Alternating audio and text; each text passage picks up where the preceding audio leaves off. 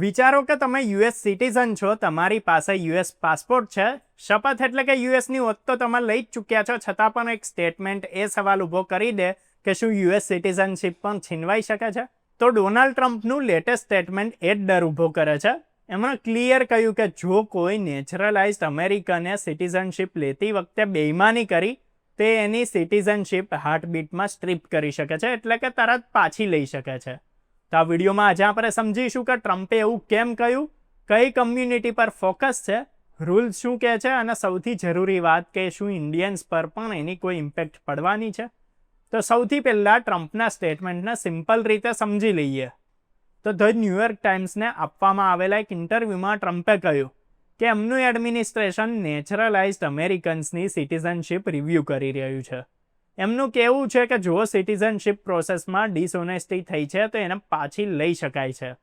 એ દરમિયાન એમણે ખાસ કરીને સુમાલી કમ્યુનિટીનો ઉલ્લેખ કર્યો અને કહ્યું કે એમને લાગે છે કે ત્યાંથી આવેલા કેટલાય લોકો અમેરિકાથી નફરત કરે છે.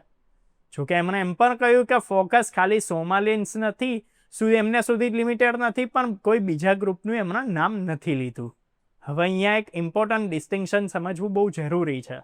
ટ્રમ્પ ઇલીગલ ઇમિગ્રન્ટ્સની વાત નથી કરી રહ્યા, એ એવા લોકોની વાત કરી રહ્યા છે જે ઓલરેડી યુએસના સિટીઝન બની ગયા છે, એટલે કે નેચરલાઇઝ સિટીઝન્સ. આ ઇમિગ્રેશન ક્રેકડાઉનનું એક નવું લેવલ છે, કેમ કે હવે ઇસ્યુ ખાલી બોર્ડર કે વિઝા સુધી લિમિટેડ નથી રહી ગયો, પણ સિટીઝનશીપ સુધી પહોંચી ગયો છે. ટ્રમ્પનું સોમાલી કમ્યુનિટી પર ફોકસ અચાનક નથી આવ્યું. છેલ્લા કેટલાક વર્ષોમાં મિનેસોટામાં બહુ મોટા ફ્રોડ કેસીસ સામે આવેલા, જેમાં ગવર્મેન્ટ પ્રોગ્રામના નામ પર કરોડો ડોલર્સના ફ્રોડનો આરોપ લાગ્યો હતો. એ પ્રોગ્રામ્સ કોવિડ વખતે બાળકોના ખાવાના, હાઉસિંગ સપોર્ટ અને હેલ્થકેર સર્વિસથી જોડાયેલો હતો.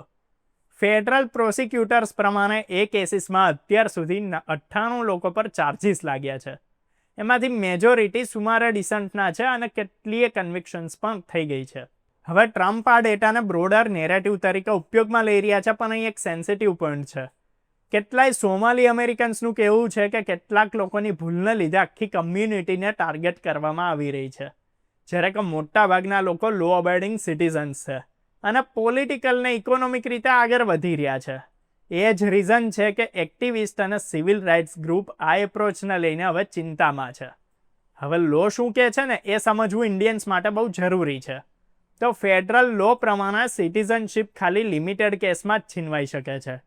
સૌથી મોટું રીઝન હોય છે સિટીઝનશીપ પ્રોસેસ વખતે ફ્રોડ, જેમ કે ખોટી ઇન્ફોર્મેશન આપવી, ફેક્ટ્સને છુપાવવા, કે પછી એલિજિબિલિટીથી જોડાયેલ સિરિયસ ડિસઓનેસ્ટી. આ સિવાય કેટલીક રેર સિચ્યુએશન્સ હોય છે, પણ સ્કોપ બહુ નેરો છે. પ્રોબ્લેમ એ છે કે ટ્રમ્પ એડમિનિસ્ટ્રેશન ડીનેચરલાઇઝેશન કેસીસની સંખ્યા વધારવાનું પ્લાનિંગ કરી રહ્યું છે. ધ ન્યૂયોર્ક ટાઈમ્સના રિપોર્ટ પ્રમાણે એડમિનિસ્ટ્રેશને યુએસસીઆઈએસ ઓફિસર્સને ગાઈડલાઇન્સ મોકલી છે. એમાં કહેવામાં આવ્યું છે કે દર મહિને 100 થી 200 ડીનેચરલાઇઝેશન કેસીસ આઈડેન્ટિફાઈ કરવામાં આવે. હવે એનો મિનિંગ એ છે કે સ્ક્રુટિની વધવાની છે અને જૂની એપ્લિકેશન્સ પણ રિજેક્ટ થઈ શકે છે. એક્ટિવિસ્ટને ડર એ છે કે ભાઈ ક્યાંક ઓનેસ્ટ મિસ્ટેક્સને પણ આ લોકો ફ્રોડ માનીને એક્શન ના લઈ લે. હવે આ બધાની વચ્ચે વ્હાઇટ હાઉસે એક બહુ મોટું એક્શન એનાઉન્સ કર્યું છે.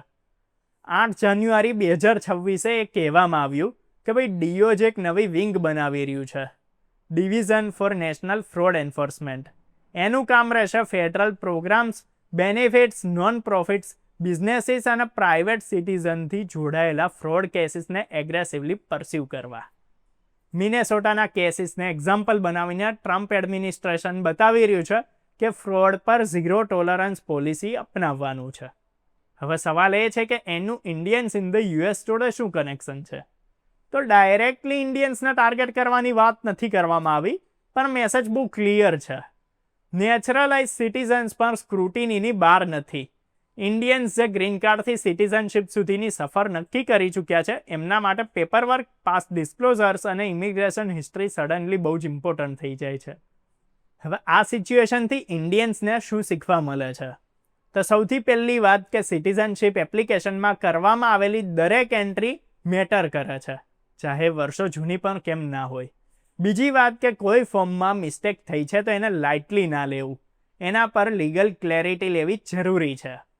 ત્રીજું કે કમ્યુનિટી તરીકે એ સમજવું જરૂરી છે કે કોઈ બીજા ફ્રોડ કેસને લીધે એન્ટાયર ગ્રુપ સ્પોટલાઇટ પર ના આવી જાય.